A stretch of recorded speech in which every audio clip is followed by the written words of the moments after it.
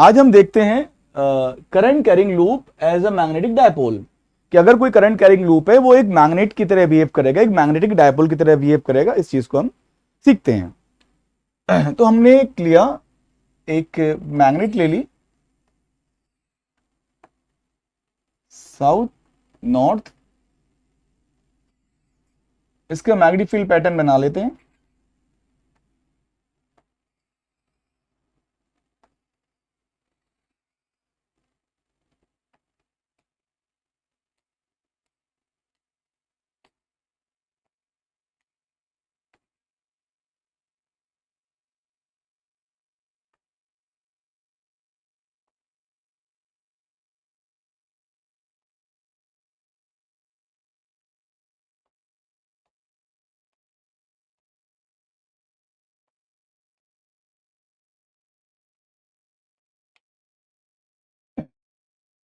ये हमारे पास north pole और ये है साउथ पोल। तो ये मैग्नेट है,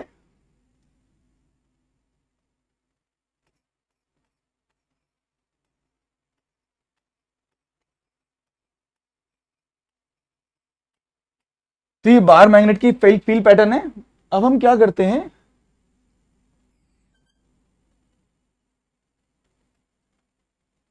सर्कुलर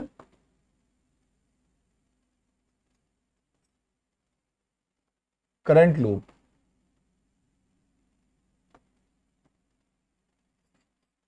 तो सर्कुलर करंट लूप में क्या होगा, हमने एक करंट कैरिंग लूप एज्यूम किया। ये देखिए, करंट इसमें ऐसे जा रही है, ऐसे। अगर कोई सर्कुलर करंट कैरिंग वायर है तो अपनी फिंगर्स को रखते हैं करंट के अलोंग, थंब हमें मैग्नेटिक फील्ड बताता है। तो इसकी जो सेंटर पे जो फील्ड होगी वो तो स्ट्रेट लाइन होगी, ठीक है। अब मैग्नेटिक फील्ड लाइंस हमेशा क्लोज कर्व बनाती हैं। जो सेंटर वाली लाइन है वो बहुत बड़ा लूप बनाएगा, तो हमें देखने में वो स्ट्रेट दिख रही है लेकिन एक बहुत बड़ा लूप होगा। अब यहां पे हम सेंटर से जितना दूर जाएंगे लूप उतना छोटा होता चला जाएगा।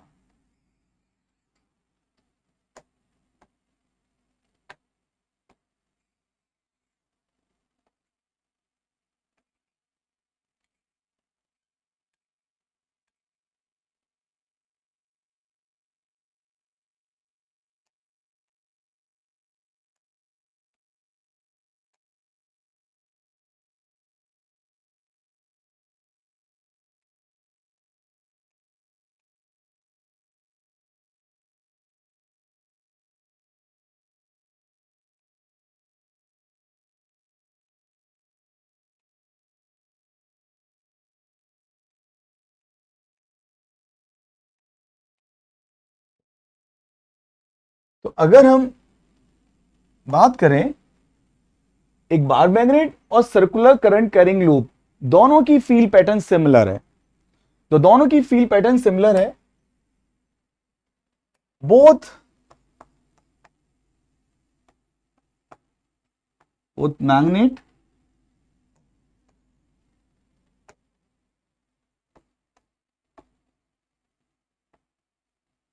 हैज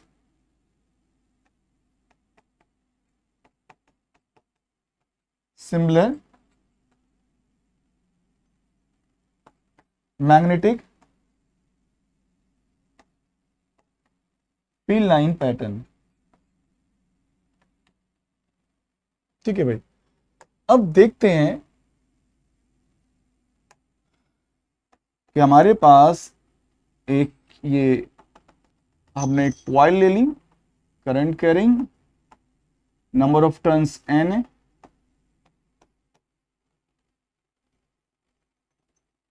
रेडियस r है, उसके सेंटर से x डिस्टेंस पे हम अगर इलेक्ट्रिक फील्ड निकालें, इलेक्ट्रिक फील्ड मैग्नेटिक फील्ड हो जाएगी, ये हमने डिराइव किया था, mu naught N I R square upon 2i R square plus X square की पावर 3/2। ये मैग्नेटिक फील्ड हो जाएगी करंट कैरिंग लूप की। अब हम थोड़ा सा इसको थोड़ा सा मॉडिफाई कर लेते हैं फॉर्मूले को।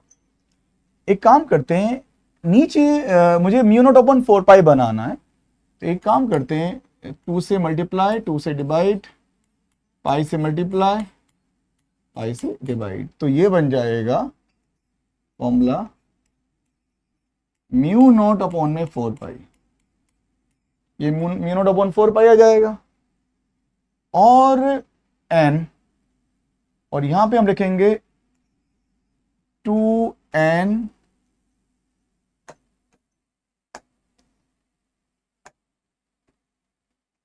i pi r square divided bye r square plus X square की पावर 3/2 फॉर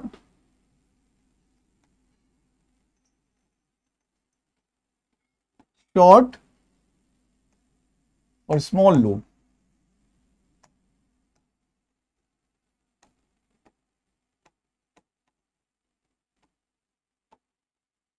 अगर लूप आपका बहुत छोटा सा है तो x जो है बहुत ज़्यादा होगा r के रिस्पेक्ट में, तो ये बन जाएगा म्यू नॉट अपॉन में 4 पाई 2n i pi r square upon में x क्यूब। ये फील्ड हो जाएगी एक्सिस पे एक लूप की, और हम जानते हैं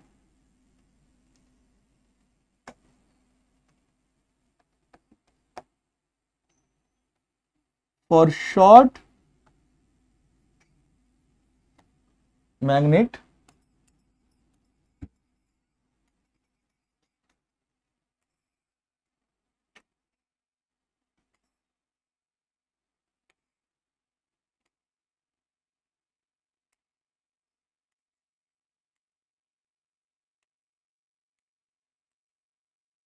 ये हो जाएगा म्यू। अब इसके सेंटर से एक्स डिस्टेंस पे अगर शॉर्ट मैग्नेट है तो हमने फील्ड बताई थी, तो फील्ड की जो वैल्यू होती है v equals to mu naught upon 4 pi 2 mu upon में x क्यूब। तो ये मैग्नेट है, मैग्नेट का डायपोल मोमेंट म्यू है, और इसके सेंटर से एक्स डिस्टेंस पे शॉर्ट मैग्नेट है, तो इसकी लेंथ काफी छोटी होगी, एक्स काफी बड़ा होगा, तो एक्सिस पे सेंटर से एक्स डिस्टेंस पे मैग्नीट्यूड हो जाएगा फील्ड का mu naught upon 4 pi 2 mu upon x cube. अगर हम इन दोनों को कंपेयर करें,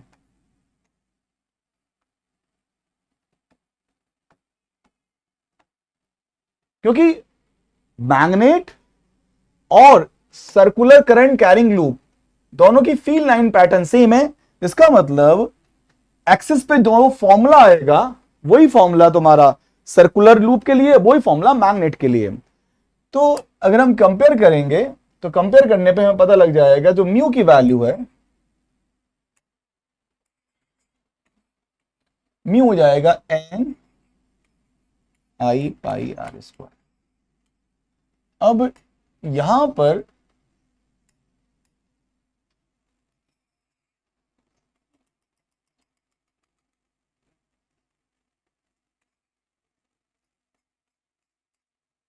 अगर radius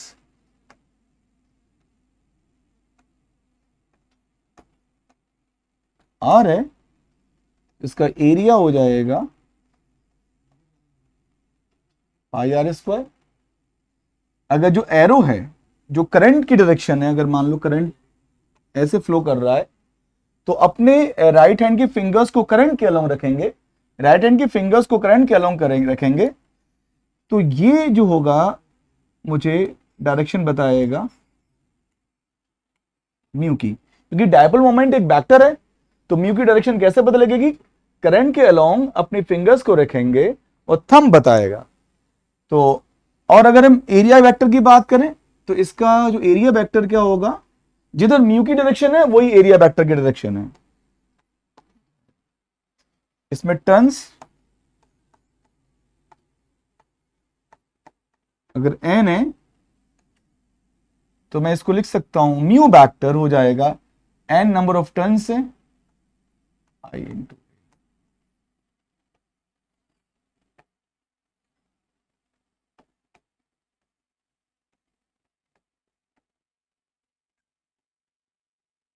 magnetic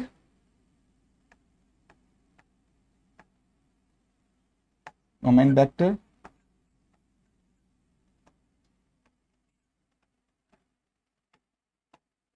number of turns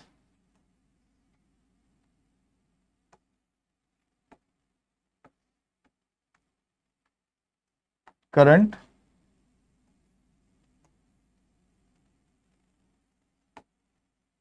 area vector. Area vector कैसे निकालेंगे, जो डायरेक्शन करंट की है उसी के अलोंग अपने फिंगर्स को कर्ल करेंगे, जो थंब बताएगा वो एरिया वेक्टर हो जाएगा। अब ये मैग्नेटिक डायपोल मोमेंट तो आ गया हमारा करंट कैरिंग लूप का। अब देखिए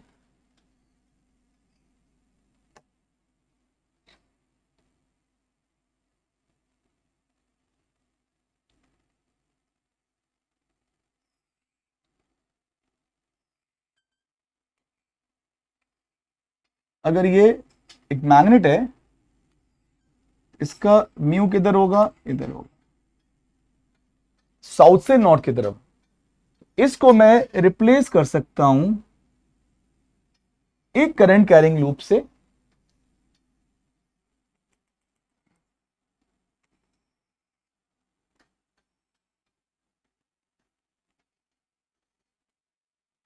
करंट इसमें ऐसे फ्लो करेगी,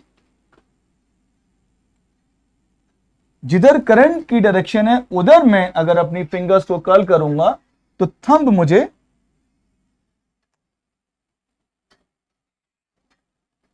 मैग्नेटिक मोमेंट की डायरेक्शन बताएगा।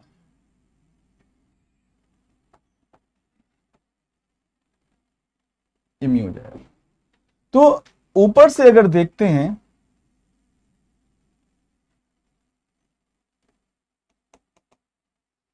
तो म्यू ऐसे है, तो म्यू का मतलब क्या होगा कि भाई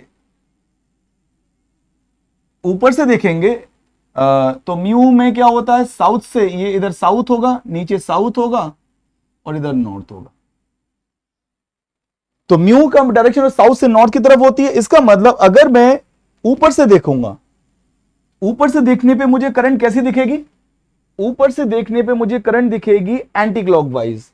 तो अगर मुझे करंट एंटी क्लॉकवाइज दिख रही है, टॉप से देखेंगे, ठीक है, जब मैंने इससे कंपेयर किया तो म्यू ऐसा होना चाहिए, म्यू ऐसा होने चाहिए, इसका मतलब नीचे साउथ होगा ऊपर नॉर्थ होगा। तो ऊपर से देखने पे मुझे नॉर्थ पोल दिखेगा, तो नॉर्थ पोल दिखेगा। और करंट कैसी दिखेगी, एंटी क्लॉकवाइज। तो अगर एंटी क्लॉकवाइज करंट दिख रही है तो वो फेस नॉर्थ की तरफ बिहेव करेगा। अगर हम नीचे से देखें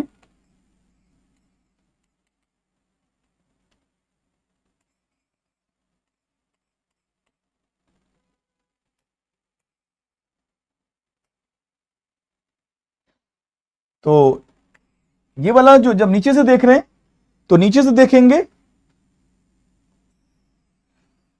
तो हमें साउथ दिखेगा, लेकिन नीचे से देखने पे करंट की डायरेक्शन हमें कैसे दिखेगी, क्लॉकवाइज। कि अगर करंट ऐसे फ्लो कर रही है क्लॉकवाइज, तो इधर से देखूंगा तो मुझे क्लॉकवाइज दिखेगा, ऊपर से पीछे से अगर इसके पीछे से देखेंगे लूप के तो मुझे एंटी क्लॉकवाइज दिखेगा। तो इसका मतलब एक करंट कैरिंग लूप का एक फेस जो होगा वो नॉर्थ की तरह बिहेव करेगा और दूसरा अपोजिट फेस किस तरह बिहेव करेगा, साउथ पोल की तरह बिहेव करेगा। अगर हमें करंट एंटी क्लॉकवाइज दिख रही है तो नॉर्थ पोल है, क्लॉकवाइज दिख रही है तो साउथ पोल है।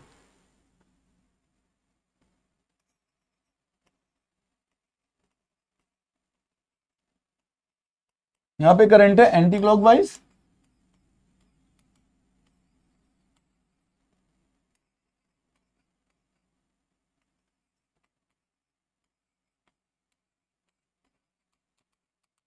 यहां पे क्लॉकवाइज है, ठीक है। तो एक बार मैग्नेट को एक करंट कैरिंग लूप से रिप्लेस कर सकते हैं अगर हमारी जरूरत है, और एक करंट कैरिंग लूप को हम एक बार मैग्नेट से रिप्लेस कर सकते हैं। हेलो स्टूडेंट्स, आज हम कुछ क्वेश्चंस करेंगे मैग्नेटिक मोमेंट के ऊपर। चलो देखते हैं। हमारे पास एक करंट कैरिंग लूप है ABCD, स्क्वायर लूप है, साइड लेंथ L है, और ये इसका जो प्लेन है लूप का 30 डिग्री बना रहा है एंगल एक्स एक्सिस से। अब देखते हैं, तो अगर हम इसको टॉप से देखें, ऊपर से देखें, तो क्या होगा, हमें एक्स एक्सिस दिखेगी और ये जेड एक्सिस, और वाई एक्सिस जो होगी वो बाहर की तरफ होगी, एक्स वाई जेड। अब होगा क्या, यहां पर अगर हम देखें, ऊपर से देखेंगे तो हमें ये दिखेगा डी और ये दिखेगा ए। तो डी से हमें करंट ऊपर जाती दिखेगी, तो डी से ऊपर जा रही है, फिर डी से ए की तरफ जा रही है, और ए पर जो हमें करंट नीचे जाती दिखेगी, और ये एंगल हमें दिख रहा है 30 डिग्री। तो एक्चुअली ये एक करंट कैरिंग लूप है, ये एक करंट कैरिंग लूप मान लेते हैं, एक प्लेन लूप का प्लेन हो गया। तो अगर ये लूप का प्लेन हो गया तो क्या होगा, करंट कैसे जा रही है, इस तरीके से जा रही है, और इसका एरिया कितना होगा, ये लूप है स्क्वायर, तो L into L, L square, तो मैग्नेटिक मोमेंट हो जाएगा I इंटू एल स्क्वायर, और डायरेक्शन क्या होगी, इस प्लेन के परपेंडिकुलर हो जाएगी, इस प्लेन के करंट ऐसे जा रही है, ये हो जाएगा। तो हम कहेंगे, तो करंट की डायरेक्शन होगी इस प्लेन के परपेंडिकुलर, तो ये हो जाएगी म्यू की डायरेक्शन, म्यू वेक्टर। ये हमारे पास लूप हो गया, तो हम ऐसे फिंगर्स को कर्ल करेंगे तो हमें बताएगा मैग्नेटिक मोमेंट की डायरेक्शन। ये 90 डिग्री, ये 30 है, ये 60 हो जाएगा, तो ये भी 60 हो जाएगा। अब इसका जो मैग्नीट्यूड है मैग्नेटिक मोमेंट का, आई इंटू एरिया, एरिया हो जाएगा एल स्क्वायर हो जाएगा। तो म्यू जो वेक्टर है वो कितना हो जाएगा, मैग्नेटिक मोमेंट का जो मैग्नीट्यूड है आई एल स्क्वायर, इसका एक कंपोनेंट आएगा एक्स के अलोंग, पॉजिटिव एक्स में, इसको हम लिखेंगे cos 60 आई के। दूसरा कंपोनेंट आएगा, एक एक्स में आएगा, दूसरा आएगा माइनस जेड में, जेड एक्सिस नीचे की तरफ है, तो कॉस कंपोनेंट एक्स में और साइन कंपोनेंट आ जाएगा जेड में, तो ये हो जाएगा प्लस आई L square sine 60 minus Z, तो हो जाएगा माइनस के कैप, और म्यू वेक्टर बराबर क्या होगा भाई, आई एल स्क्वायर हमने कॉमन ले लिया, cos 60 है 1/2 आई कैप, और साइन 60 हो जाएगा √3/2 माइनस के कैप। थोड़ा सिंप्लीफाई और कर लेते हैं, तो ये हो जाएगा म्यू बराबर I L square by 2 I cap minus √3 K cap. अब नेक्स्ट क्वेश्चन करते हैं।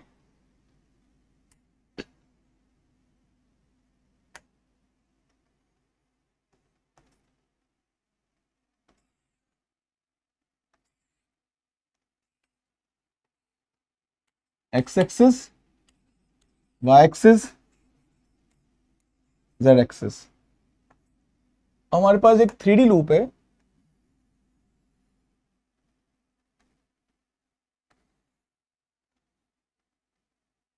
करंट ऐसे आ रही है, ऐसे आई, ये हो गया। अब A B C D loop ABCD क्या है?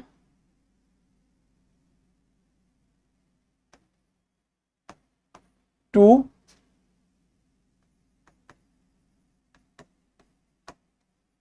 Semi circle perpendicular to each other, ABCDA। तो ए से स्टार्ट ABCDA, तो ये दो सेमी सर्कल है, दोनों एक दूसरे के म्यूचुअली परपेंडिकुलर है, ठीक है ना। और इसकी रेडियस जो है इसका हमें निकालना है। हमारे पास जो फॉर्मूला म्यू बराबर NI है वो एक प्लेनर लूप के लिए है। तो मैग्नेटिक मोमेंट का जो फॉर्मूला हमने डिराइव किया था, mu equals to NIA, N is the number of turns, I is the current, A is the area of the loop, वो एक प्लेनर लूप के लिए था। तो यहां पे हम क्या करेंगे,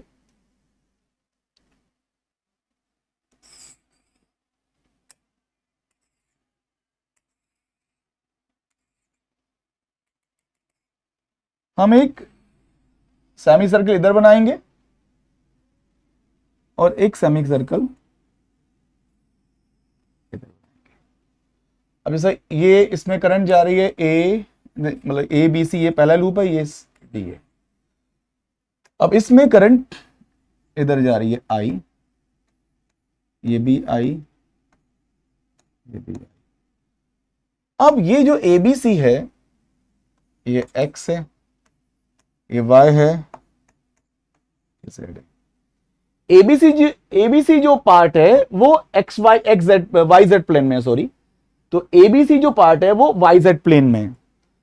तो अगर मैं एक काम करूं कि ABC जो करंट आ रही है जो CA के अलोंग Z एक्सिस दो वायर लगा दूं ऐसे, क्योंकि इधर कोई वायर नहीं है तो मैंने एक वायर ऐसे लगाया, तो मुझे एक अपोजिट डायरेक्शन में भी वायर ऐड करना पड़ेगा।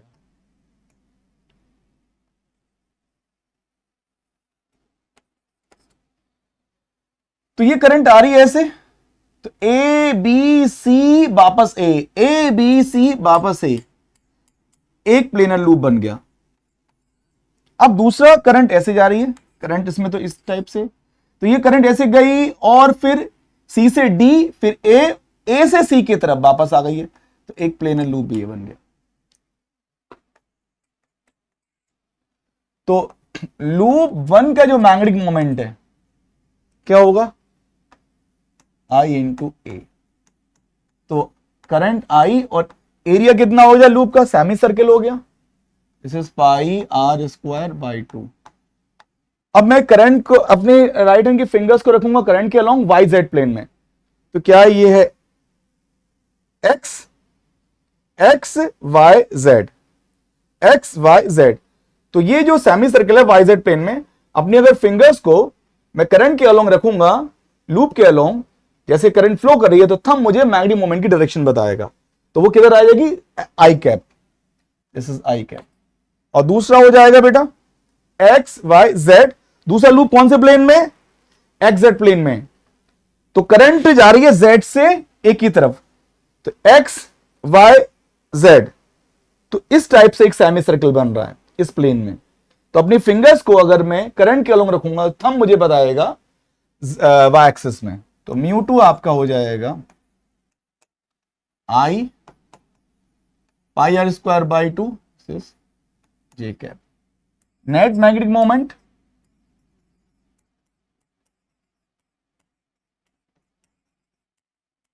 वेक्टर सम हो जाएगा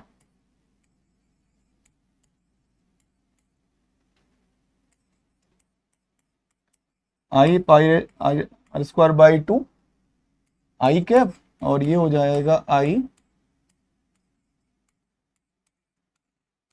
कैप।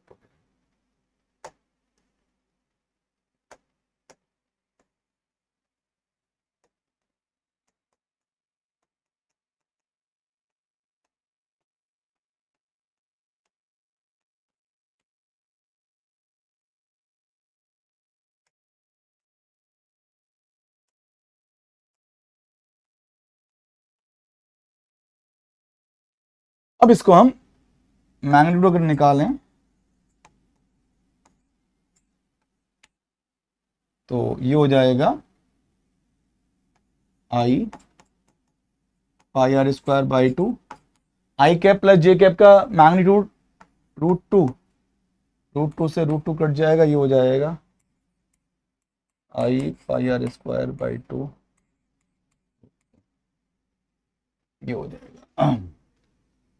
अब एक नेक्स्ट क्वेश्चन करते हैं।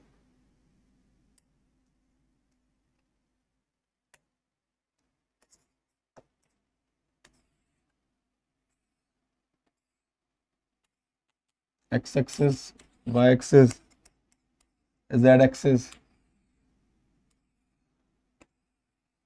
एक ट्राइंगल है ए बी सी, इसमें करंट फ्लो कर रही है I,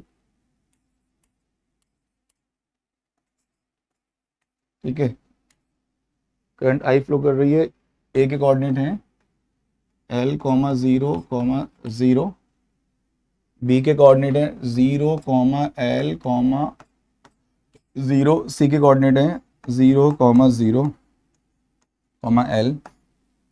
फाइंड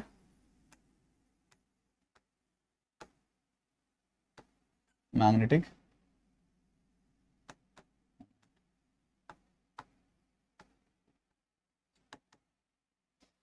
अब ये करंट करेंगे, एक लूप है, एक ट्राइंगल बन रहा है, तो इसका एक एरिया प्लेन है ट्राइंगल का। अब इसका एरिया निकालो, तो कोऑर्डिनेट को यूज करके हम एरिया निकाल सकते हैं, लेकिन उसमें थोड़ी कैलकुलेशन ज्यादा हो जाएगी। हमें 3 कोऑर्डिनेट्स दे रखे हैं, तो हम जानते हैं इसका एरिया कैसे निकाला जाता है, उससे थोड़ा कॉम्प्लिकेट होता है। हम एक दूसरा तरीका इस्तेमाल करेंगे। ये एक 3D लूप है। अब एक काम कर लेते हैं,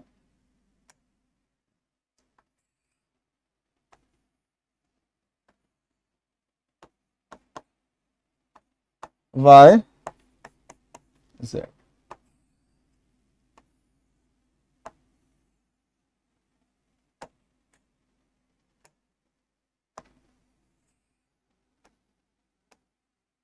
ये A, ये B, ये C। अब देखिएगा, A से B की तरफ करंट जा रही है, B से C की तरफ जा रही है, C से A की तरफ जा रही है I।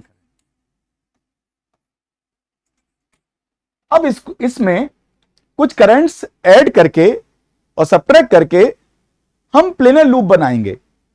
एक प्लेनर लूप बनाएंगे एक्स वाई प्लेन में, एक बनाएंगे वाई जेड प्लेन में, एक बनाएंगे जेड एक्स प्लेन में। कैसे देखते हैं, पहले मैं करंट ए बी को लेता हूं, तो करंट ए से बी की तरफ जा रही है। अब मैं वाई पे आ गया, अब वाई के अलोंग कोई करंट नहीं है, तो मैंने एक करंट एज्यूम कर ली। तो अगर मैंने एक करंट एज्यूम करी ऐसे, तो मुझे एक अपोजिट में भी एज्यूम करनी पड़ेगी, ऊपर की तरफ। अब क्या है, अब फिर मैं ए से बी गया, बी से ओ पे आया ओरिजिन पे, फिर ओ से ए तक जा रहा हूं, तो ओ से ए तक कोई करंट नहीं है, एक करंट एज्यूम कर लेते। अब क्या हुआ, ए बी ओ ए, इसने एक लूप बना दिया, प्लेनर लूप।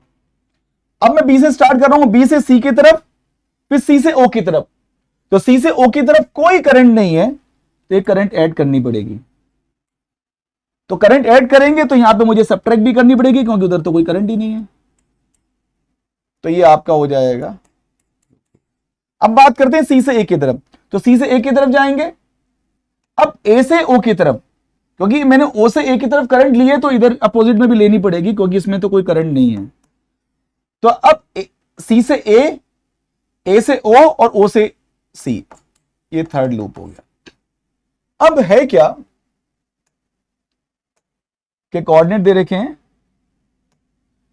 L, 0, 0, मतलब ये लेंथ L, 0, L, 0, ये वाली लेंथ L, 0, 0, L, ये वाली लेंथ।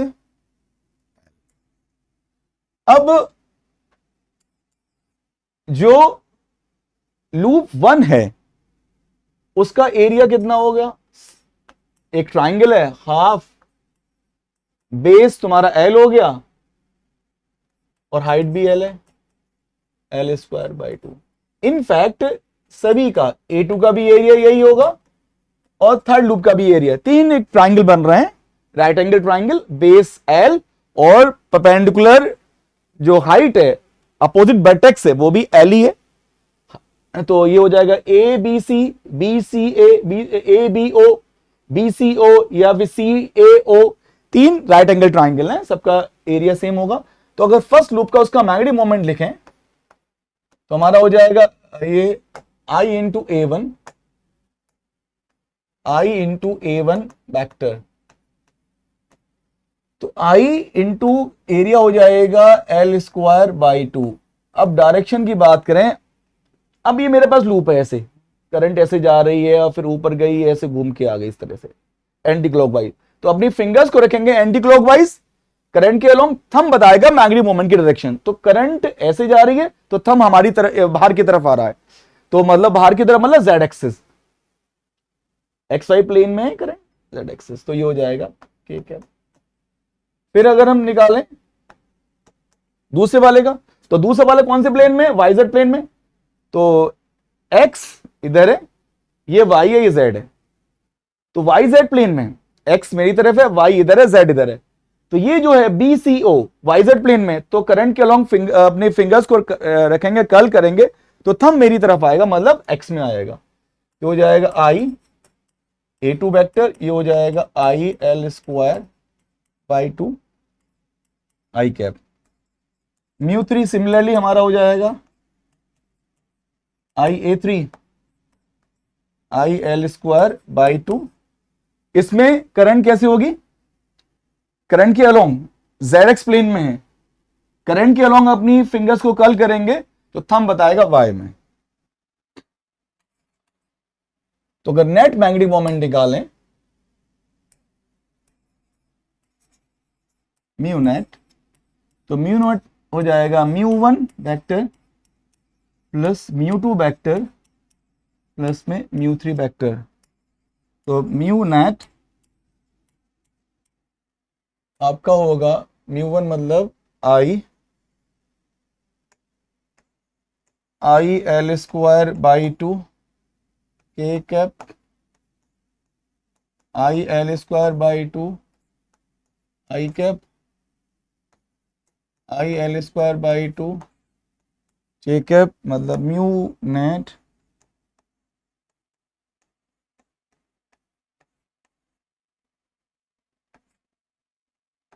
आई कैप प्लस जे कैप के कैप। और इसका अगर मैग्नीट्यूड निकालें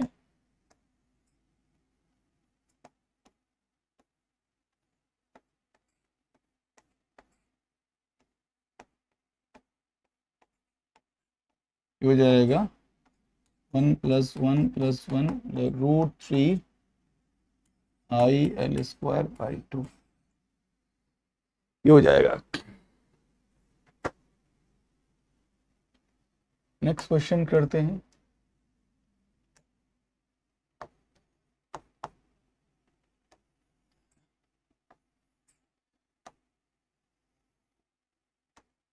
एक चार्ज पार्टिकल है,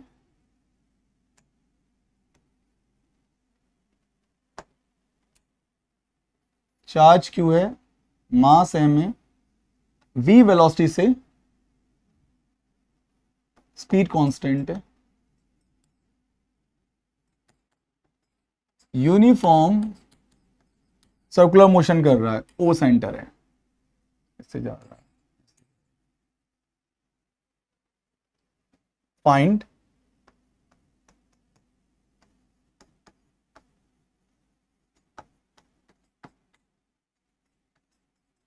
effective current, number 2 magnetic field at the centre, number 3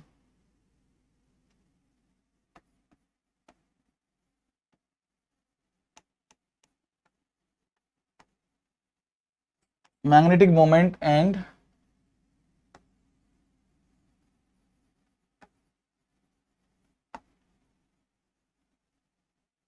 angular momentum,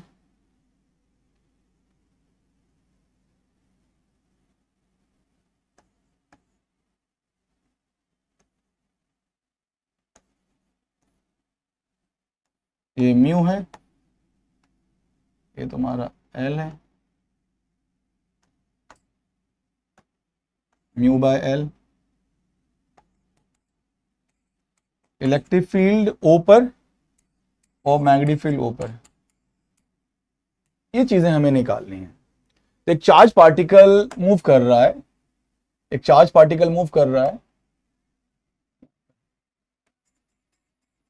ठीक है ना। तो हमें ये चीजें निकालनी है, तो क्या करेंगे,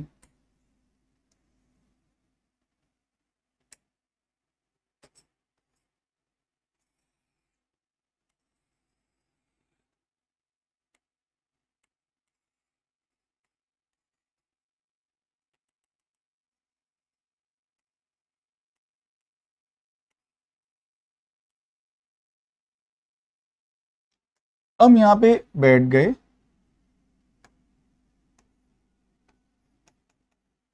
यहां पे खड़े हो गए, t बराबर 0 पे पार्टिकल यहां से निकलेगा और फिर ये चक्कर लगाएगा, पूरा वापस यहां पे आ जाएगा आफ्टर 1 टाइम पीरियड। तो एक रिवोल्यूशन के बाद में, एक टाइम पीरियड के बाद में ये वापस उसी पॉइंट पे आता है। तो हम बोल सकते हैं करंट क्या होगा, I इक्वल्स टू चार्ज जितना भी इस एरिया से क्रॉस कर रहा है, ये मान लो एक्स एक्सटेस कोई क्रॉस सेक्शन है, इससे जो चार्ज फ्लो कर रहा है क्यों, और कितने टाइम बाद इस एरिया से क्रॉस कर रहा है, आफ्टर 1 टाइम पीरियड। तो एक पहली बार t बराबर 0 पे क्रॉस करेगा, फिर t कैपिटल T पे, फिर कैपिटल 2 इंटू कैपिटल T पे, मतलब एक रिवोल्यूशन के बाद में बार बार वो उस क्रॉस सेक्शन से होके जाएगा। तो हमारे पास करंट हो जाता है charge phloem divided by the time period. Time period कितना हो जाएगा, स्पीड तो कांस्टेंट है, तो q स्पीड तो टाइम हो जाएगा, डिस्टेंस हो जाएगा 2 पाई आर, स्पीड भी है, तो क्यू भी अपॉन में 2 पाई, ये करंट हो जाएगा इफेक्टिव।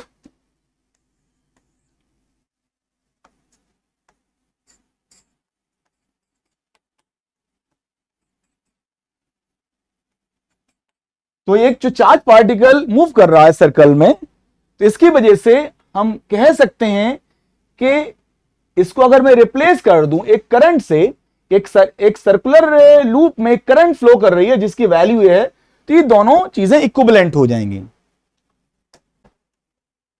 अब हमसे पूछा है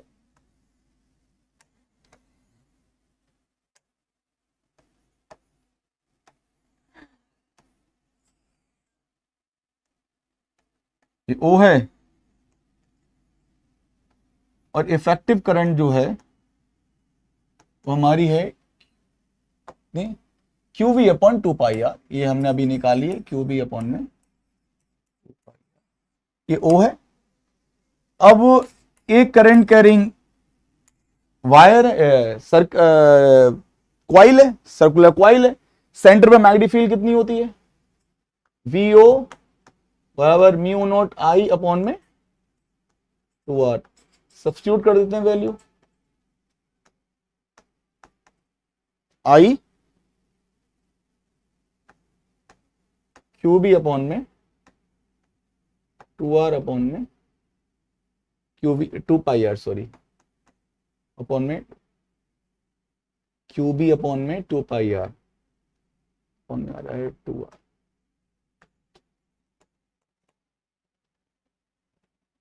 तो mu naught Q B 4 pi R square, ये मैग्नेटिक फील्ड हो जाएगी। अब हमें क्या निकालना था, मैग्नेटिक मोमेंट। अब देखिए एक करंट कैरिंग लूप है, आई हमारी है इसमें क्यू वी अपॉन में 2 पाई आर, रेडियस इसकी आर है। तो एक current carrying loop magnetic dipole की तरह बिहेव करेगा। उस मैग्नेटिक डायपोल का जो मैग्नेटिक मोमेंट होता है वो हमें पता है, उसका मैग्नीट्यूड होता है जो भी करंट फ्लो कर रही है और उस करंट कैरिंग लूप ने जो भी एरिया कवर किया है that area. I into A, this is Q B upon में 2 पाई आर, एक सर्कुलर सरफेस है तो पाई से पाई कटेगा, आर से आर, ये हो जाएगा 2 br अपॉन में br/. दूसरा इसी पार्ट में हमें निकालना था एंगुलर मोमेंटम भी निकालना है। तो एंगुलर मोमेंटम बहुत सिंपल होता है। एंगुलर मोमेंटम देखिएगा कि भाई एक्चुअली में तो हमारे पास क्या था, एक चार्ज पार्टिकल है और इसका मोमेंटम कितना है m इंटू बी, क्योंकि इसकी स्पीड भी है, और ओके अबाउट निकालना है। तो पोजीशन वेक्टर हमारा क्या हो जाएगा, ये हो जाएगा आर वेक्टर और जाएगा पी वेक्टर। तो एंगुलर मोमेंटम हमेशा किसी पॉइंट के अबाउट या किसी एक्सिस के अबाउट निकालते हैं। तो ओके अबाउट एंगुलर मोमेंटम जो होगा एलो वेक्टर बराबर R cross P. Moment of momentum, तो मोमेंटम हमें पता है एम बी है, इसका moment okay about R cross P, तो आर और पी एक दूसरे के परपेंडिकुलर है, तो आर पी साइन 90, यहां पे आर क्या रेडियस है, तो R M into B. Direction R cross P, R पे हाथ रखेंगे, तो आर पे हाथ रखेंगे और अपनी फिंगर्स को पी की तरफ कर्ल करेंगे, थंब हमें बताएगा एंटी क्लॉकवाइज, तो ये जो हो जाएगा anti clockwise, direction anti clockwise हो जाएगी। ठीक है, अब हमें निकालना है म्यू बाई एल।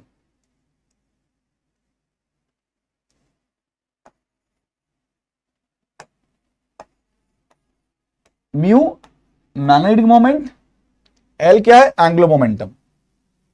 तो मैग्नेटिक मोमेंट हमारा कितना आया था, अभी निकाला हमने Q B R by two, Q B R by two, Q B R by two, और वो एम बी आर है, तो हम लिखेंगे Q B R by two, Q B R by two, और ये क्या है M B R, B R से बी आर कट जाएगा, ये हो जाएगा क्यू बाय टू।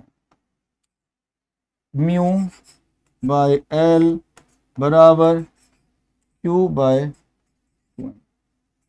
ये बहुत इंपॉर्टेंट रिजल्ट है।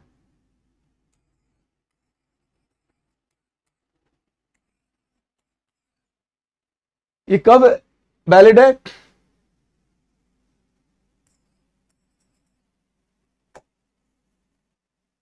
it is valid when number 1 charge Q and mass M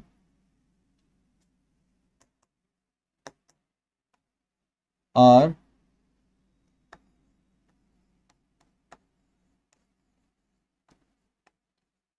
uniformly distributed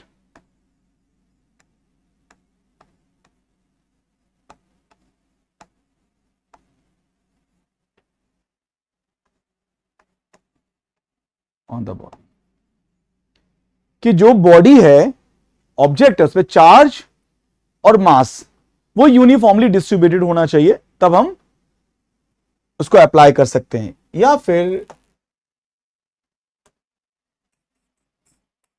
if Q and M are not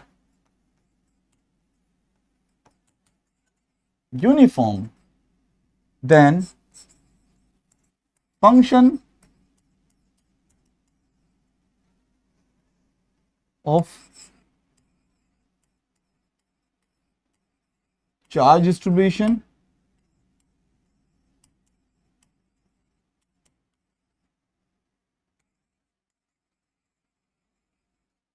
and mass distribution will be same।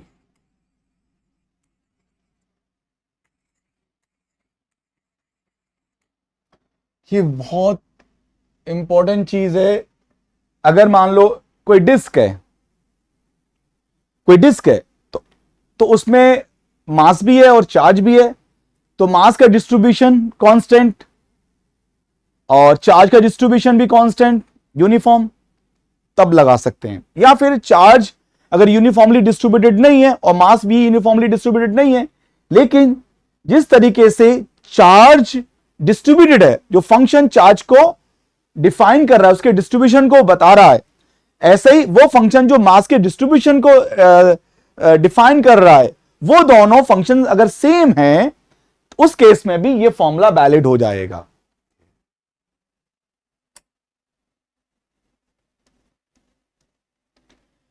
अब है fifth में हमें निकालना था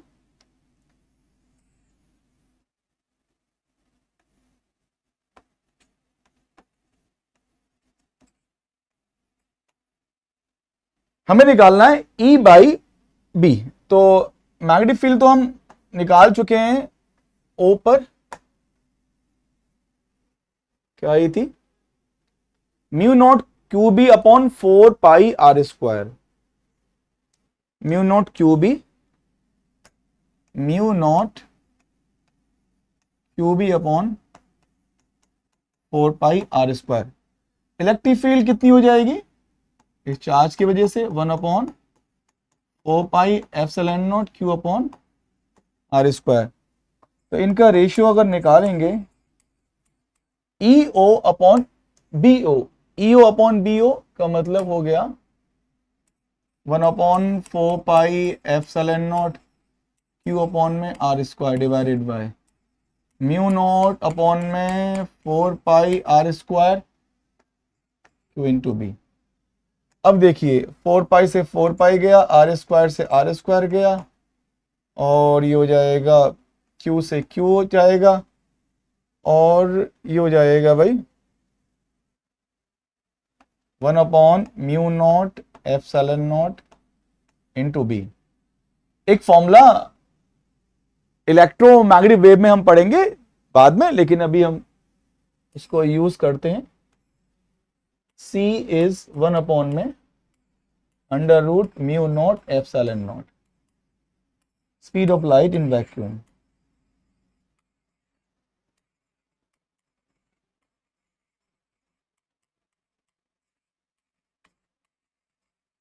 ठीक है, speed of light in vacuum होता है C equals to 1 upon under root mu naught into epsilon naught. Mu naught है permeability of the free space, epsilon naught permittivity of the free space. अब इसमें क्या करेंगे, इसका स्क्वायर अगर हम करें, C स्क्वायर क्या हो जाएगा, C square is mu naught epsilon not, तो ये हो जाएगा EO अपॉन में BO बराबर 1 by B into mu naught into epsilon naught, और ये आ जाएगा आपका C स्क्वायर अपॉन में B। तो C तो बहुत ज्यादा होगा, C की वैल्यू बहुत ज्यादा, उसका स्क्वायर और ज्यादा हो जाएगा, तो ये 1 के रिस्पेक्ट में बहुत ज्यादा होगा। तो हम बोल सकते हैं कि electric field is very very large as compare to magnetic field, कि इस केस में सेंटर पे जो इलेक्ट्रिक फील्ड की वैल्यू है वो मैग्नेटिक फील्ड के रिस्पेक्ट में काफी ज्यादा है, ये चीज है। हेलो स्टूडेंट्स, आज हम क्वेश्चंस करेंगे मैग्नेटिक मोमेंट के ऊपर। हमारे पास एक यूनिफॉर्मली चार्ज थिन डिस्क है जिसकी सरफेस चार्ज डेंसिटी हमें सिग्मा दे रखी है, और इसका जो मास है m है, मास भी यूनिफॉर्मली डिस्ट्रीब्यूटेड है थ्रू आउट इट्स सरफेस। हमें निकालना है मैग्नेटिक मोमेंट इस डिस्क का, और निकालना है PO magnetic field eight O, ये चीज हमें निकालनी है। तो चलिए देखते हैं।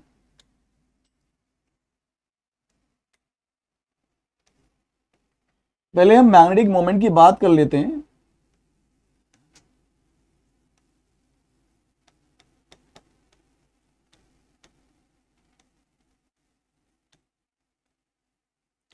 तो मैग्नेटिक मोमेंट निकालने के लिए हमारे पास यहां पे दो मेथड है। पहले हम बेसिक मेथड की बात करेंगे, मेथड वन। हमारे पास क्या है, एक यूनिफॉर्मली चार्ज थिन डिस्क है, इसका जो भी चार्ज है वो यूनिफॉर्मली डिस्ट्रीब्यूटेड है इसकी सरफेस पर।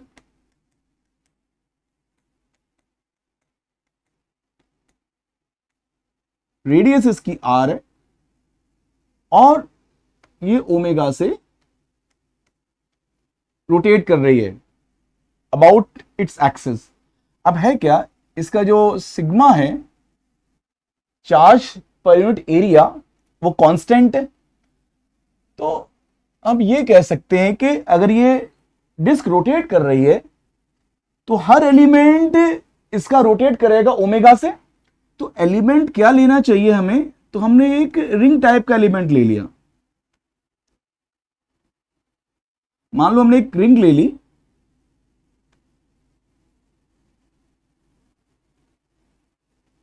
और इसकी रेडियस है एक्स एलिमेंट की।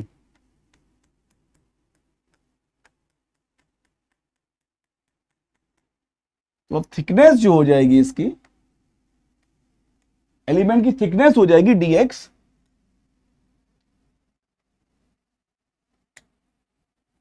ये हो जाएगी dx। dx इसकी थिकनेस हो जाएगी। अब बात करते हैं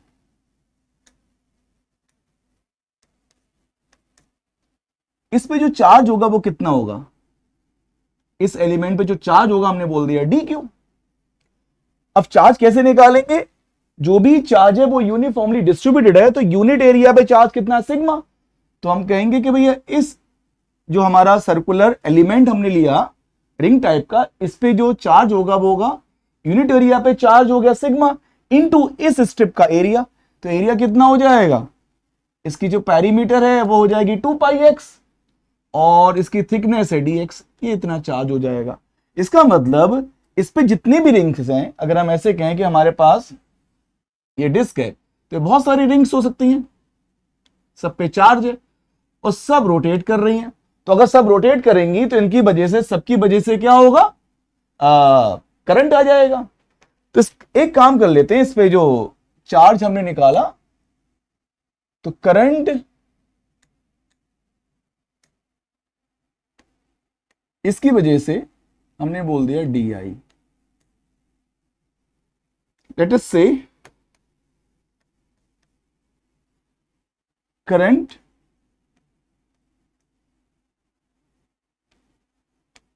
due to rotation of element is DI। तो जो हमारे करंट एलिमेंट जो रोटेट कर रहा है तो इसकी वजह से एक हमारे पास, क्योंकि ऐसे घूम रहा है तो करंट की डायरेक्शन कुछ इस टाइप से हो जाएगी, हम ये बोल सकते हैं। अब है क्या, तो current DI is equals to total charge on the element upon time period of revolution. तो इसको एक रिवोल्यूशन कंप्लीट करने में कितना टाइम लगेगा, कैपिटल T। और कैपिटल T हमें पता है कितना होगा बेटा, 2π/ω। तो 2π/ω, तो dq की वैल्यू हम रख देंगे सिग्मा 2πx इंटू dx।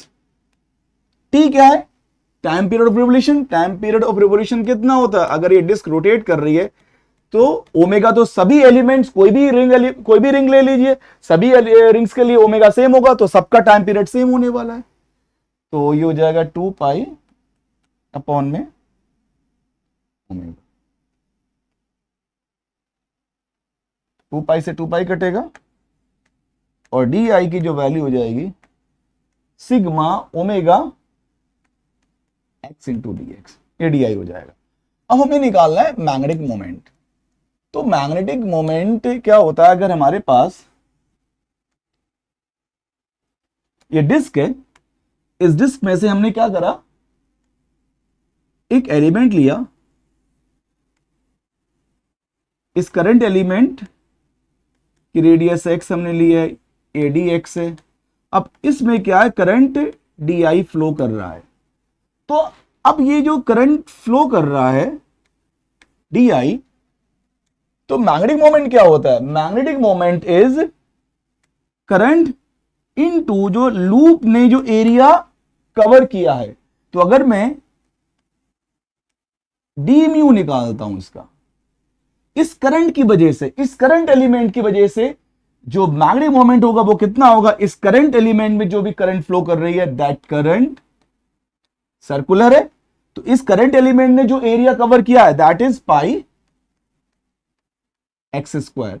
अब हम क्या करेंगे, डी आई की वैल्यू आप रख दीजिए सिग्मा ओमेगा एक्स इंटू हो जाएगा pi X square, into pi X square हो जाएगा। अब क्या होगा, हमें टोटल निकालना है मैग्नेटिक मोमेंट, तो टोटल मैग्नेटिक मोमेंट निकालने के लिए हम क्या करेंगे, इंटीग्रेट करेंगे डी म्यू को, और क्या हो जाएगा, तो सिग्मा ओमेगा पाई और ये हो जाएगा x cube into D X, D आई ये हो जाएगा इंटू डी एक्स, यहां पे डी एक्स भी आएगा कि यहां पर डी एक्स है। अब हमें इसको इंटीग्रेट करना होगा, तो सबसे छोटी रिंग जो होगी, सबसे छोटी रिंग होगी उसकी रेडियस 0 होगी, तो 0 से लेके कैपिटल आर तक हम इंटीग्रेट कर देंगे, तो सिग्मा ओमेगा पाई बाहर आ जाएगा, और इसको हम करेंगे x की पावर 4 अपॉन में 4 इंटीग्रेट एक्स यू को 0 से लेके r, तो म्यू हो जाएगा सिग्मा ओमेगा पाई r की पावर 4 डिवाइडेड बाय 4।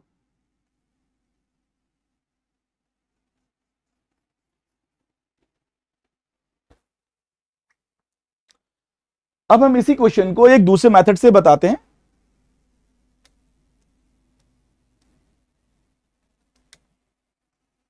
मेथड 2, हमारे पास है एक disc, radius are,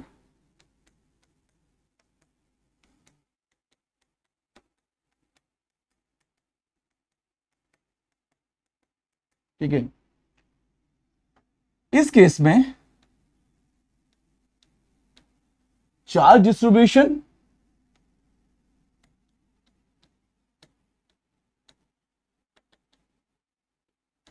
and mass distribution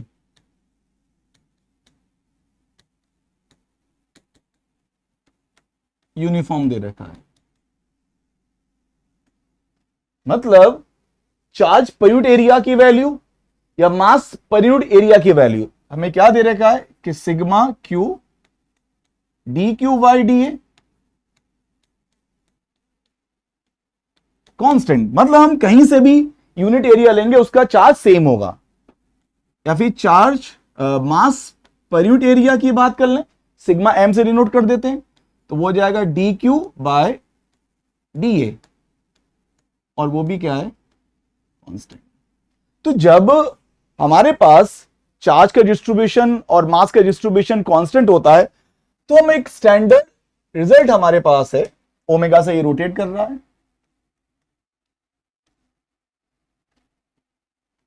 magnetic moment of the system divided by angular momentum of the system, ये है मैग्नेटिक मोमेंट ऑफ सिस्टम, ये है एंगुलर मोमेंटम ऑफ सिस्टम। अगर मास का डिस्ट्रीब्यूशन और चार्ज का डिस्ट्रीब्यूशन कांस्टेंट है, तो magnetic moment of system divided by angular momentum of system एक कांस्टेंट होती है वैल्यू, इसकी वैल्यू होती है charge on the system divided by twice of mass of the system, एक यूनिवर्सल प्रॉपर्टी है।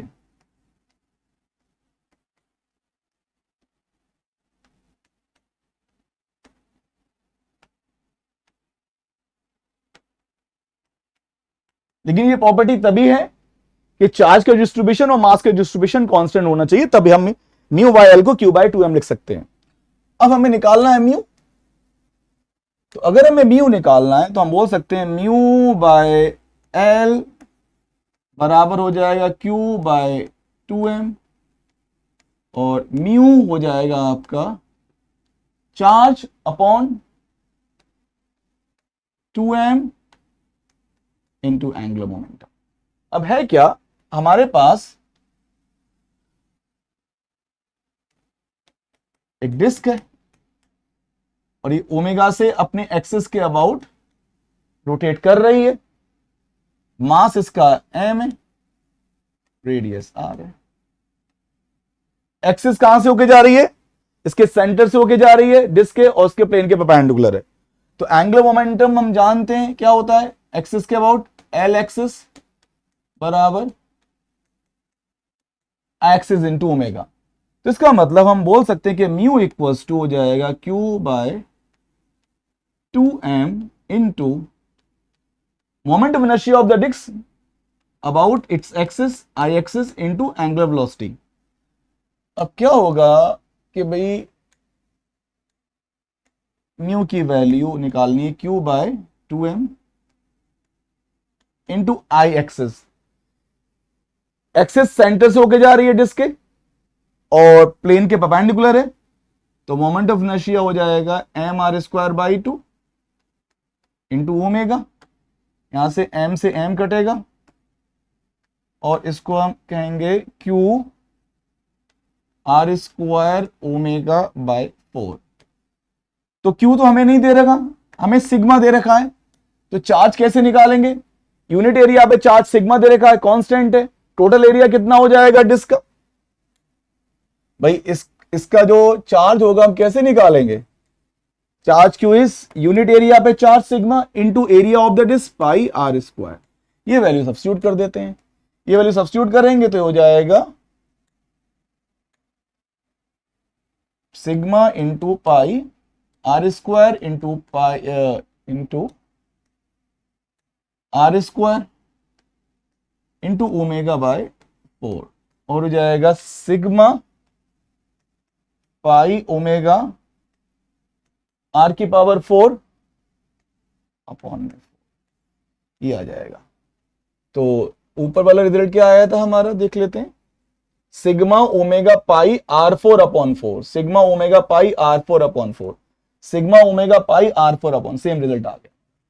तो हम इस फॉर्मूले का भी इस्तेमाल कर सकते हैं, बहुत ही इंपॉर्टेंट फॉर्मूला है, लेकिन चार्ज का डिस्ट्रीब्यूशन और मास का डिस्ट्रीब्यूशन कांस्टेंट होगा, यूनिफॉर्म होगा पूरे ऑब्जेक्ट के लिए, तब ये फॉर्मूला हम लगा सकते हैं। अब बात कर लेते हैं नेक्स्ट में, क्या पूछ रहा था, मैग्नेटिक फील्ड एट ओ पे मैग्नेटिक फील्ड निकालनी है। अब सेकंड पार्ट के लिए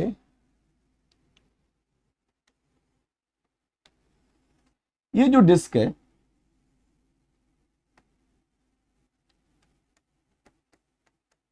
यूनिफॉर्मली डिस्ट्रीब्यूशन है चार्ज का, अब इसकी वजह से ओमेगा से रोटेट कर रही है, तो है क्या, अभी हमने देखा था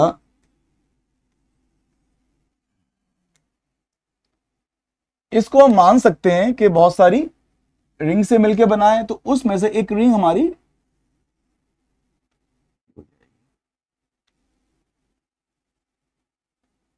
ठीक है, तो इस पे भी चार्ज होगा, अभी हमने निकाला था,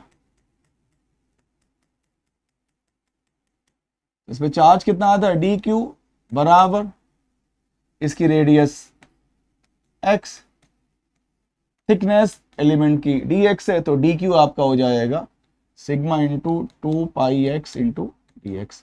करंट हमने निकाली थी अभी, तो ये अगर रोटेट कर रहा है तो ये एलिमेंट रोटेट करेगा, जिसकी वजह से इसमें करंट हम मान सकते हैं कि इस करंट, एक हमारे पास जो सर्कुलर एलिमेंट है इस पे चार्ज और रोटेट कर रहा है अपनी एक्सिस के अबाउट, जिसके रोटेशन की वजह से एक करंट आ जाएगी। तो करंट जो होती है वो आपकी होती है डी आई बराबर आपका होता है डी क्यू अपॉन में टाइम पीरियड, और टाइम पीरियड आपका कितना हो जाए sigma 2 pi X into D X upon में 2 पाई अपॉन में ओमेगा, 2 पाई से 2 पाई कट जाएगा और डी आई हो जाएगा sigma omega X into D x. अब हमारे पास जितनी भी रिंग्स होंगी, मान लो ऐसे रिंग्स होंगी, सब में जो करंट की डायरेक्शन होगी वो तो सेम ही होगी। इसका मतलब अगर मैं अपने राइट हैंड को करंट के अलोंग रखूं तो थंब मेरा मैग्नेटिक फील्ड की डायरेक्शन बताएगा। कोई भी एलिमेंट, जैसे ये एलिमेंट है तो अपने राइट हैंड को रखूंगा, फिंगर्स को कर्ल करूंगा, राइट हैंड की फिंगर्स को कर्ल करूंगा करंट के अलोंग, तो थंब मुझे मैग्नेटिक फील्ड की डायरेक्शन बताएगा।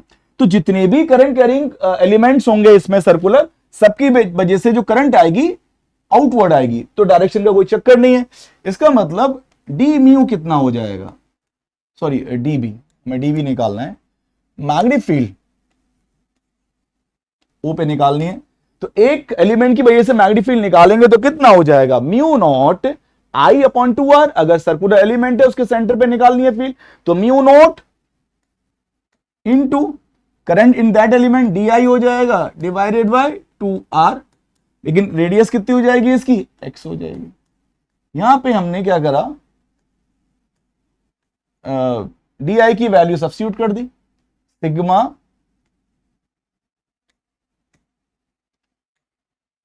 Sigma omega X into D X, D I हो जाएगा अपॉन में हो जाएगा 2x, x से x कट जाएगा और डी बी ओ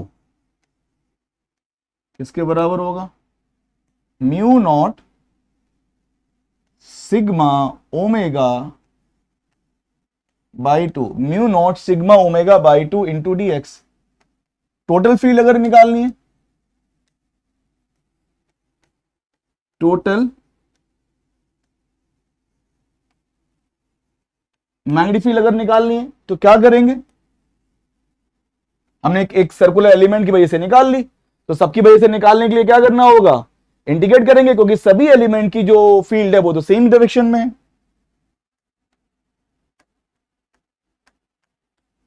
इंटीग्रेशन डीवीओ और ये हो जाएगा mu naught sigma omega by 2 into D x, 0 से लेके r, तो नेट मैग्नेटिक फील्ड हो जाएगी mu naught sigma omega by 2 into 1 का हो जाएगा x और 0 से लेके r, लिमिट लगाएंगे तो मैग्नेटिक फील्ड आ जाएगी mu naught sigma omega by 2 into r। ये आपका आंसर हो जाएगा। हेलो स्टूडेंट्स, आज हम शुरू करेंगे torque on current carrying loop in uniform magnetic field. तो चलिए, हमारे पास एक लूप है, current carrying loop A B C D. ये रेक्टेंगल है, रेक्टेंगुलर लूप है, ये साइड L है और ये साइड हमने ले ली D। Horizontal uniform magnetic field है।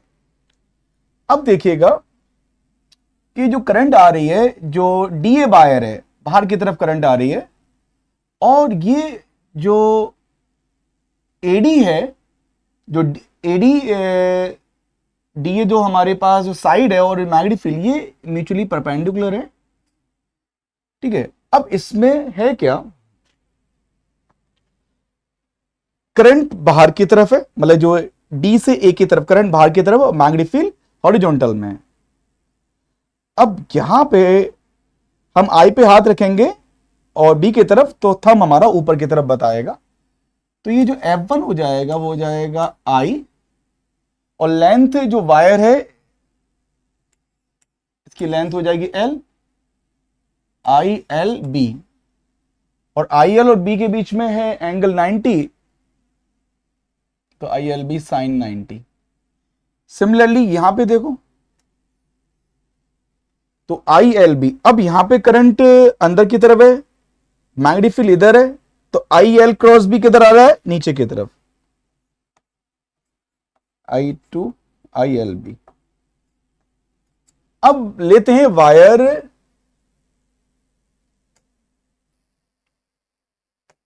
वायर AB ले लेते हैं, A से B की तरफ, ये वाला जो वायर है A से B की तरफ। अब करंट मैग्नेटिक फील्ड है इधर यहां पे, और ये सपोज मैंने एंगल एज्यूम कर लिया फाई, और करंट है इधर, तो IL क्रॉस B, तो ये जो I और B एक ही प्लेन में है, तो IL क्रॉस B करेंगे वो बाहर की तरफ होगा, तो इस पर फोर्स लग रहा है, F3 बोल दिया, तो ये साइड AB हो गई और पीछे वाली साइड हो गई CD।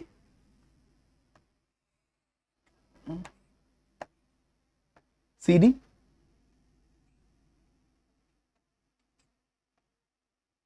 ये फाई हो जाएगा,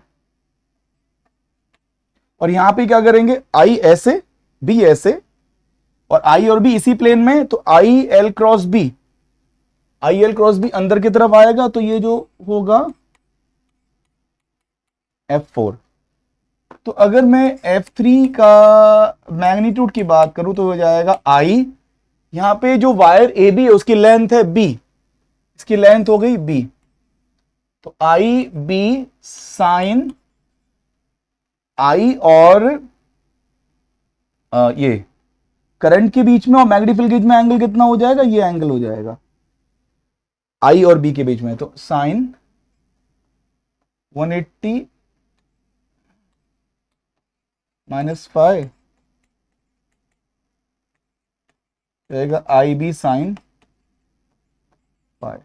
सिमिलरली अगर हम बात करते हैं CD वायर, तो CD वायर में जो करंट जा रही है वो C से D की तरफ जा रही है, तो करंट इधर है, मैग्नेटिक फील्ड इस साइड में I और B ऐसे, तो I पे हाथ रखेंगे B की तरफ, थंब हमारा अंदर की तरफ बता रहा है, तो लेकिन मैग्नीट्यूड F3 के बराबर होगा, तो ये F4 हो जाएगा IBB साइन 5, मैग्नेटिक फील्ड तो होगा।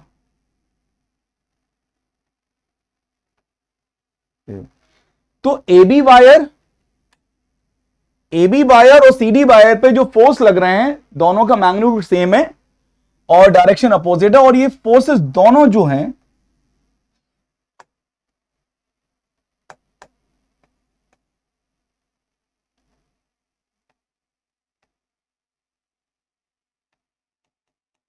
अलोंग एक्सिस है, एक्सिस के अलोंग है, तो इन फोर्सेस का F4 और F3 का कोई भी टॉर्क नहीं होगा। इस टाइप से समझ लीजिए कि इस वाले पे ऊपर की तरफ फोर्स आ रहा है, इस वाले वायर पे नीचे की तरफ आ रहा है, और ये सामने वाला ये बाहर की तरफ F3 है, और इसी एक्सिस पे F4 है पीछे की तरफ, ये चीज है।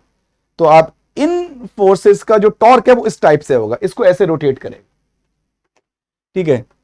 तो इसका 2D डायग्राम अगर देखें हम,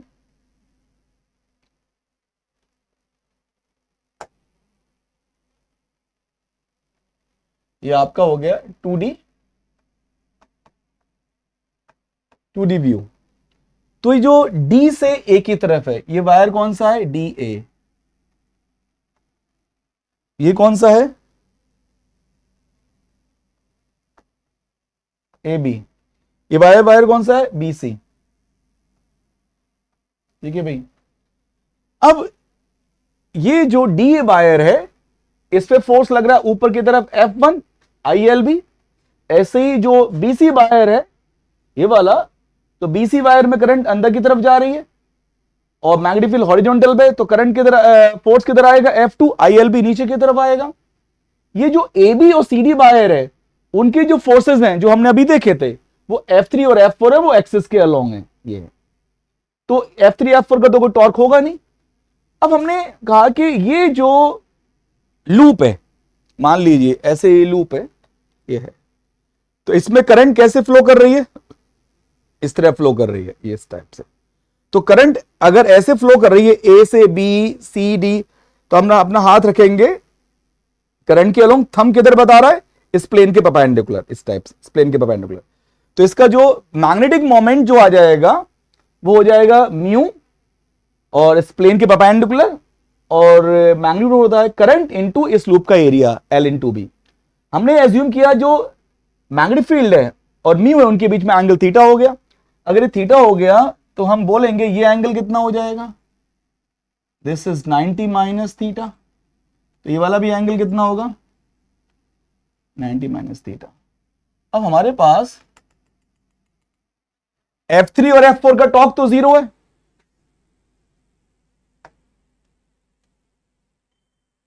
torque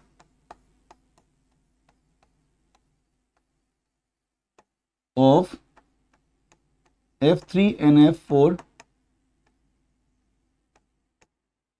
about axis O1 O2 0, because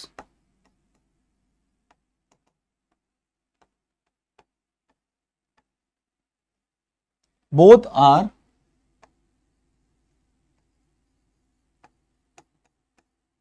along axis both are along axis। अब बात करते हैं कि F1 और F2, F1 और F2 जो फोर्स है उनके मैग्नीट्यूड सेम है और डायरेक्शन अपोजिट है। तो F1 F2 हमारा क्या है,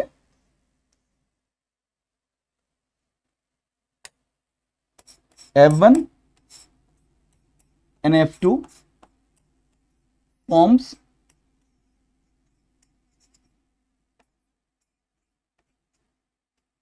couple, so their torque about axis कितना होता है,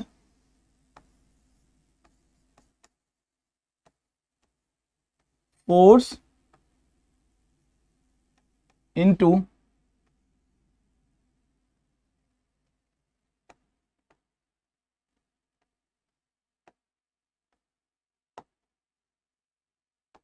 परपेंडिकुलर डिस्टेंस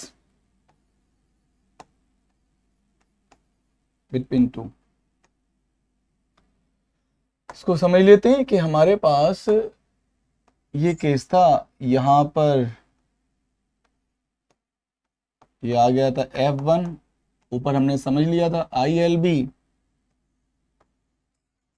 ये आ गया था F2, ये भी कितना हो गया था ILB, करंट ऐसे जा रही थी, ठीक है, ये O1 O2 एक्सेस है, ऐसे मूव करेगा ये, इसका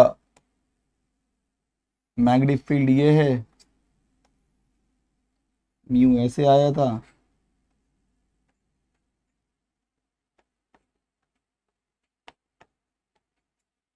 ये एंगल थीटा,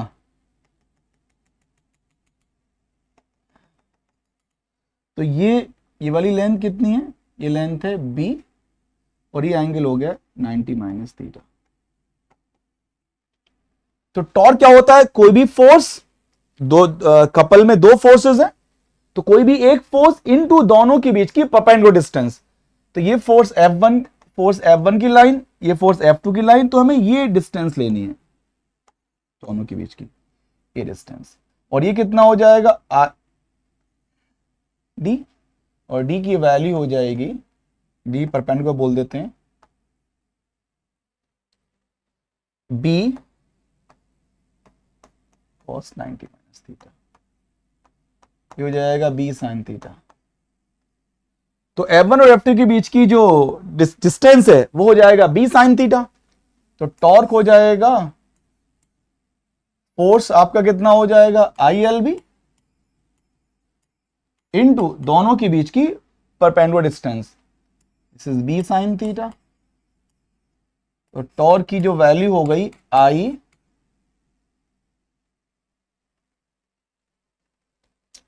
ILB, सॉरी ये हो जाएगा I into L into B two B sin theta, ये हो जाएगा एरिया हम लिखेंगे I into A, sorry L into B हो जाएगा area of the loop.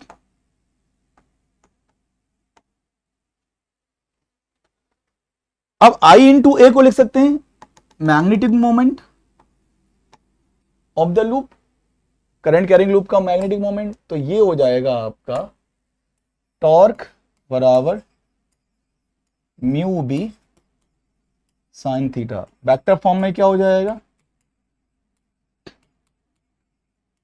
Mu cross B. तो अगर हमारे पास कोई लूप है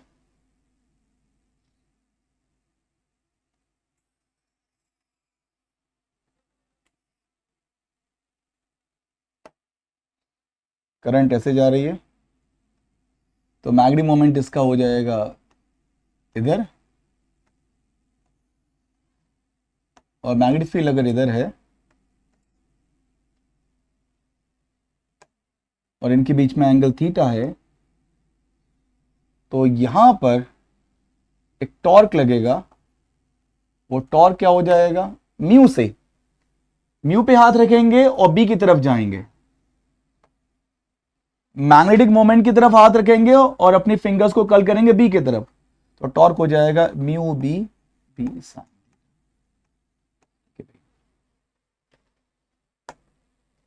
इसको हम यूज करेंगे अभी। अब है, हेलो स्टूडेंट्स, तो आज हम करेंगे potential energy of a current carrying loop in uniform magnetic field. इसको हम एक लूप ले लेते हैं।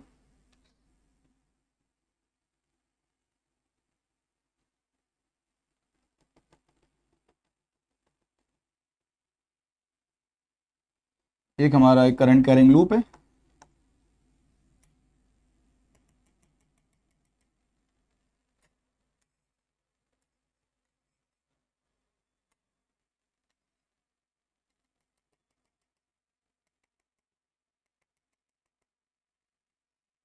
करंट ऐसे फ्लो हो रही है।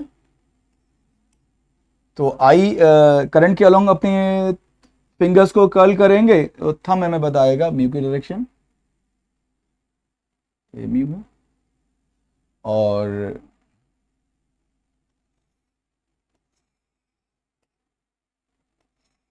यूनिफॉर्म मैग्नेटिक फील्ड में हमने रख दिया इसको।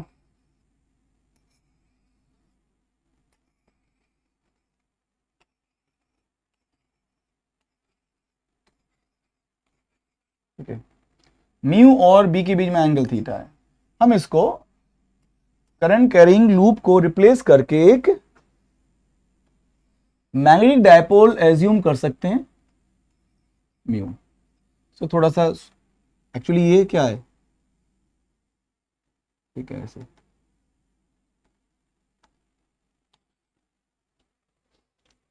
अब है क्या,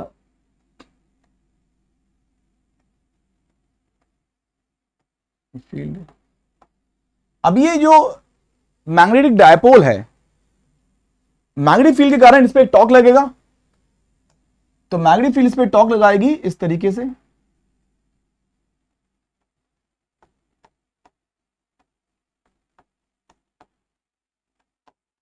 म्यू क्रॉस बी हो जाएगा म्यू बी साइन थीटा, और ये क्लॉकवाइज रोटेट करेगा। हम इसको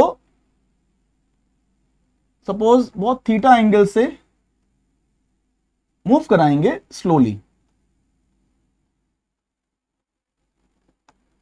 तो स्लोली तभी मूव कर पाएगा कि मैं एक टॉर्क लगाऊं अपोजिट डायरेक्शन में, तो एक्सटर्नल। तो स्लोली के लिए हम बोल सकते हैं since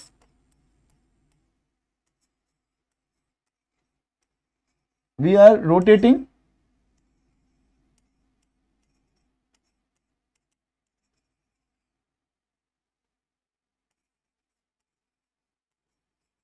current loop very slowly. ये तभी होगा जब नेट टॉर्क जीरो हो। इसका मतलब जो एक्सटर्नल टॉर्क होगा वो आपका हो जाएगा मैग्नेटिक टॉर्क के बराबर, और ये हो जाएगा आपका म्यू बी साइन थीटा। ठीक है भाई, अगर मुझे निकालना है, मुझे थीटा वन एंगल से थीटा टू एंगल तक अगर मुझे रोटेट कराना है तो मैं कितना वर्क करना पड़ेगा? Work done by external agent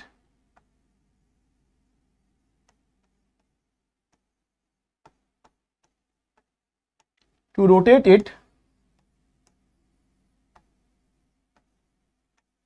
from theta 1 to theta 2। मतलब ये होगा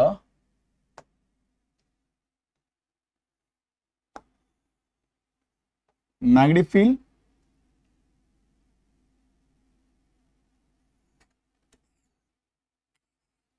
ये मैग्नेटिक डायपोल है, ये एंगल है मान लो थीटा 1 इन सिचुएशन इनिशियली। फाइनली मान लो ये हो जाएगा म्यू, ये एंगल हो गया थीटा 2। तो थीटा 1 से लेके थीटा 2, तो डी डब्ल्यू एक्सटर्नल हमें क्या करना होगा कि अगर मैं इसको रोटेट कर रहा हूं तो एक्सटर्नल टॉर्क एंटी क्लॉकवाइज और एंटी क्लॉकवाइज डायरेक्शन में रोटेट कर रहा है डी थीटा। तो डी थीटा बहुत स्मॉल है, तो उसके लिए हमारा वर्क कितना हो जाएगा? डी डब्ल्यू एक्सटर्नल बराबर tau external dot D theta.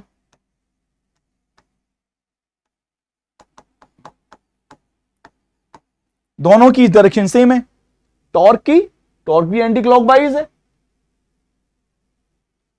Torque भी एंटी क्लॉकवाइज एक्सटर्नल और डी थीटा भी हमारा क्या एंटी क्लॉकवाइज, दोनों के सेम डायरेक्शन है। तो दोनों के में एंगल 0 हो जाएगा और ये हो जाएगा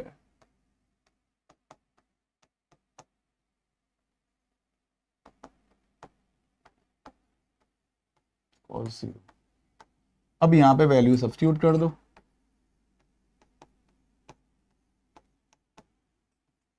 म्यू बी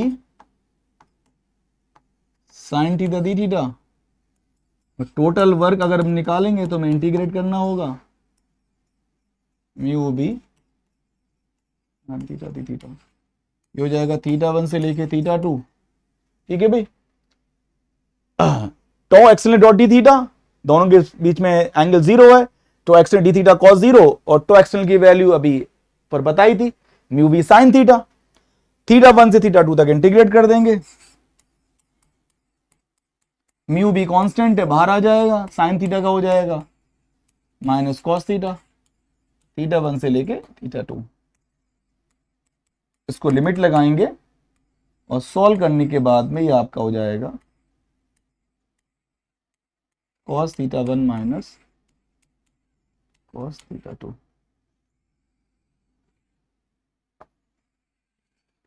अब हम जानते हैं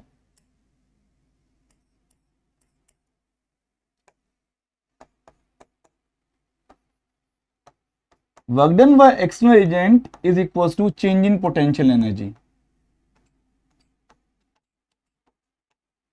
जब स्लो प्रोसेस होता है, सिस्टम का कॉन्फ़िगरेशन स्लोली चेंज करते हैं, एक कॉन्फ़िगरेशन से दूसरी कॉन्फ़िगरेशन तक स्लोली मूव कराते हैं, तो एक्सटर्नल एजेंट का work done change in potential energy के बराबर होता है।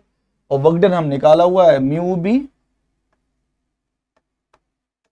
Cos theta 1 minus cos theta 2 बराबर हो जाएगा U2 माइनस U। अब इसमें हम क्या करते हैं कि भाई हमारे पास जब म्यू और बी के बीच में एंगल 90 डिग्री था,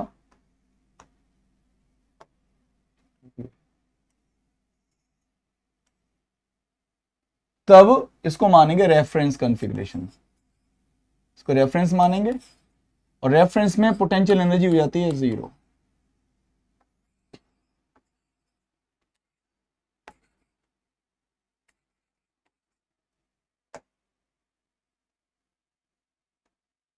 जब इनके बीच में एंगल हो गया थीटा, तो इसमें u2 हमने ले लिया u के बराबर, तो ये आपके पास हो जाएगा mu B cos theta one. Cos theta one का मतलब क्या हो जाएगा, थीटा वन 90 है, थीटा टू क्या है, थीटा के बराबर है, u2 मतलब u1 तुम्हारा रेफरेंस, रेफरेंस में हमने एनर्जी पोटेंशियली जीरो लेते हैं, तो cos 90 तो जीरो हो जाएगा और u बराबर हो जाएगा minus mu B cos theta. हम u को लिख सकते हैं minus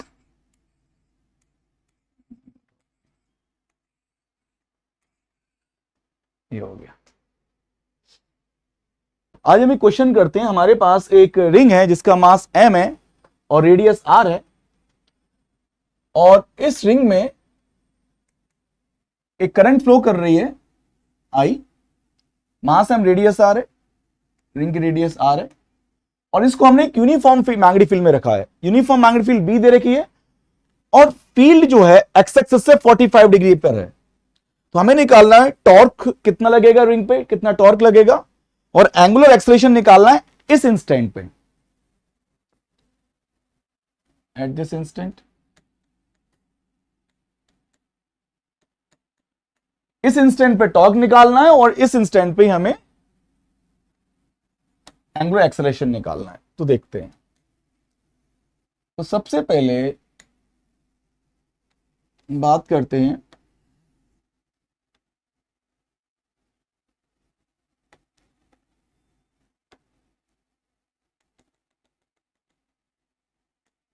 x axis, Y axis, वो है सेंटर जो है, ओरिजिन है, और Z axis X Y plane के परपेंडिकुलर है। करंट इसमें फ्लो कर रहा है आई, रेडियस है तुम्हारी आर।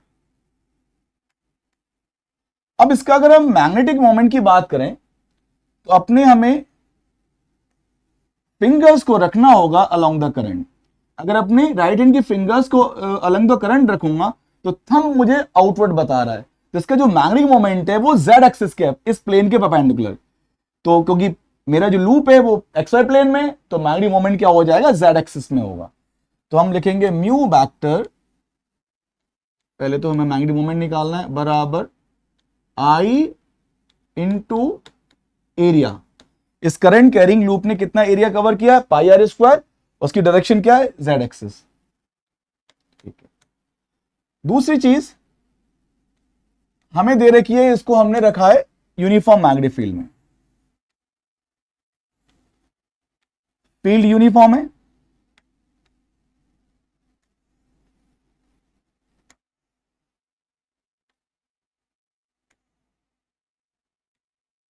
और कितने एंगल पर है, 45। तो 45 पर है, इसका मतलब पहले हम क्या करते हैं, इसको वेक्टर फॉर्म में लिख लेते हैं। तो अगर एक्स एक्सिस से मैग्नेटिक फील्ड 45 बना रही है तो एक कंपोनेंट एक्स में आएगा बी कॉस 45, एक्स वाई में आ जाएगा तो बी कॉस 45 आई कैप, बी साइन 45, ठीक है। तो cos 45 1/√2 होता है, cos 45 1/√2, 1/√2, और ये बाहर आ जाएगा तो b/√2 बाहर आ जाएगा, आई कैप प्लस में जे कैप। अब हमें इसमें निकालना है क्या है, हमें निकालना है टॉर्क। तो किसी करंट कैरिंग लूप को अगर हम यूनिफॉर्म मैग्नेटिक फील्ड में रखते हैं तो टॉर्क का फॉर्मूला क्या होता है, टॉर्क होता है म्यू क्रॉस बी। यहां पे अब टॉर्क निकाल लीजिए। म्यू हमें दे रखा है आई पाई आर स्क्वायर के कैप क्रॉस b/√2 आई कैप प्लस में जे कैप। इसको सॉल्व करते हैं तो ये हो जाएगा I pi R square by √2, तो इधर आ जाएगा अब हम k का करेंगे क्रॉस i के साथ, तो k क्रॉस i एक टर्म ये बनेगी, फिर k का क्रॉस करेंगे j के साथ, k क्रॉस j कैप। और हम लोग जानते हैं कि अगर इधर i कैप, ये j कैप और ये k कैप, तो i का अगर j के साथ करते हैं, i का j के साथ करेंगे तो हमें k मिलेगा, j का k के साथ करेंगे i मिलेगा, k का i के साथ करेंगे तो j मिलेगा। i का j के साथ करेंगे k, j का k के साथ i, k का i के साथ j। अब देख लीजिए यहां पे क्या होगा, k क्रॉस i,